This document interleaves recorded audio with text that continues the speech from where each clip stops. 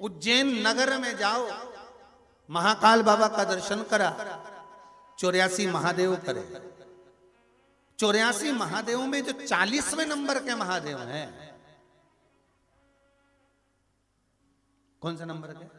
40वें number. 84 महादेवों में जो 40वें number के महादेव हैं, जिनका नाम है कुंडेश्वर महादेव।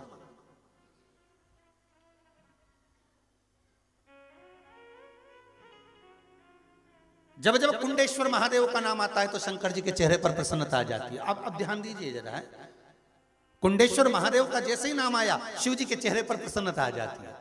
और जहां ज्ञानवापी का नाम आता है तो शिव जी के चेहरे पर प्रसन्नता आ जाती है। अब सोचिए, ये जो धर्म पत्नी होती है, ब्याह कर कर जब आती है तो पति से खोद खोद कर पूछती है धीरे धीरे, क्यों जी, कॉलेज लाइफ कैसी रही, स्कूल कैसा रहा, कितने फ्रेंड थे, कितने लोग थे। अब वो जो खोद खोद के पूछ लेती है और उसको मालूम पड़ जाता है कि इनकी दोस्ती थी, ऐसा था वैसा था। और जब फिर शादी के 8-10 साल निकल जाएं और जब फिर पत्नी कुछ कहने वाली रहती है और वही फ्रेंड सर्कल में किसी एक का नाम ले देती है, तो फिर पति के चेहरे पर प्रसन्नता आ जाती है। शिव महापुराण को हमें बहुत गहराई तक लेकर नहीं चलना कि हम उसको समझ ही ना पाए। अपन तो अपने ऊपर लेकर चलो तो शिव महापुराण बड़ी जल्दी समझ में आएगी। और मानसरोवर शिव पुराण है, कितना कितना सरोवरों के अंदर क्या क्या भरा पड़ा है, समुद्र के अंदर क्या क्या भरा पड़ा है, तालाब और बावड़ी में क्या क्या भरा पड़ा है, तुमको मालूम है क्या? अंदर डूबोगे तब तो निकलेगा। अब पति तो बेचारा भोला, पति भोला है, वो बहुत प्रेम से सब कुछ बता देता है। अच्छा, हम तो कॉलेज पढ़ते थे, ऐसा था वैसा था, एक बार ऐसा हो गया, एक बार वैसा हो गया, और यूं हो गया। और फिर उसने सब, जगदम्बा ने सुन लिया। अब वो सुन तो लिया, उस समय तो उसने मुस्कुरा मुस्कुरा के सब सुन लिया।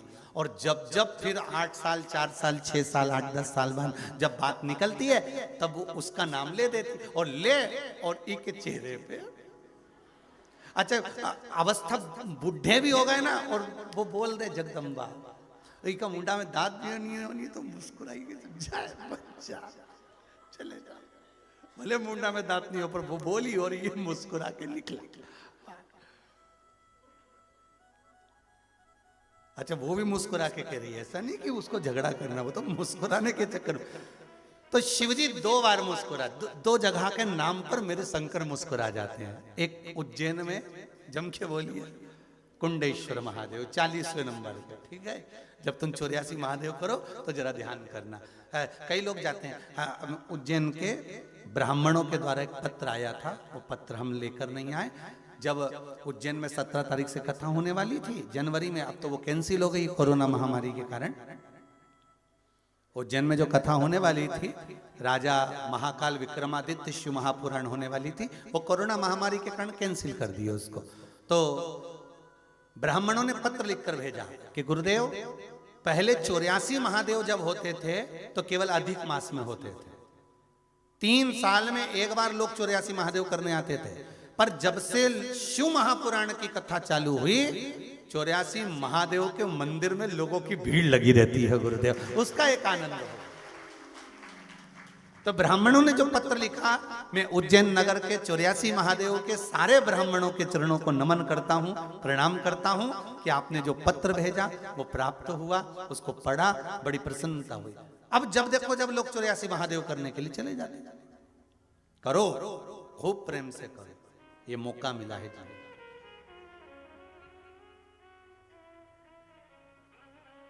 उन्होंने नीचे लाइन में लिखा है, और अच्छा छपा हुआ पत्र आया, जैसे ये गुड़िया ने पत्र भेजा ना, जिसने भी क्या जोरदार छाप के लिख के कितना जोरदार पत्र भेजा कि मेरे दादा सही हो गए, इसलिए मैं प्रसन्नता में इतना जोरदार पत्र लिख रही।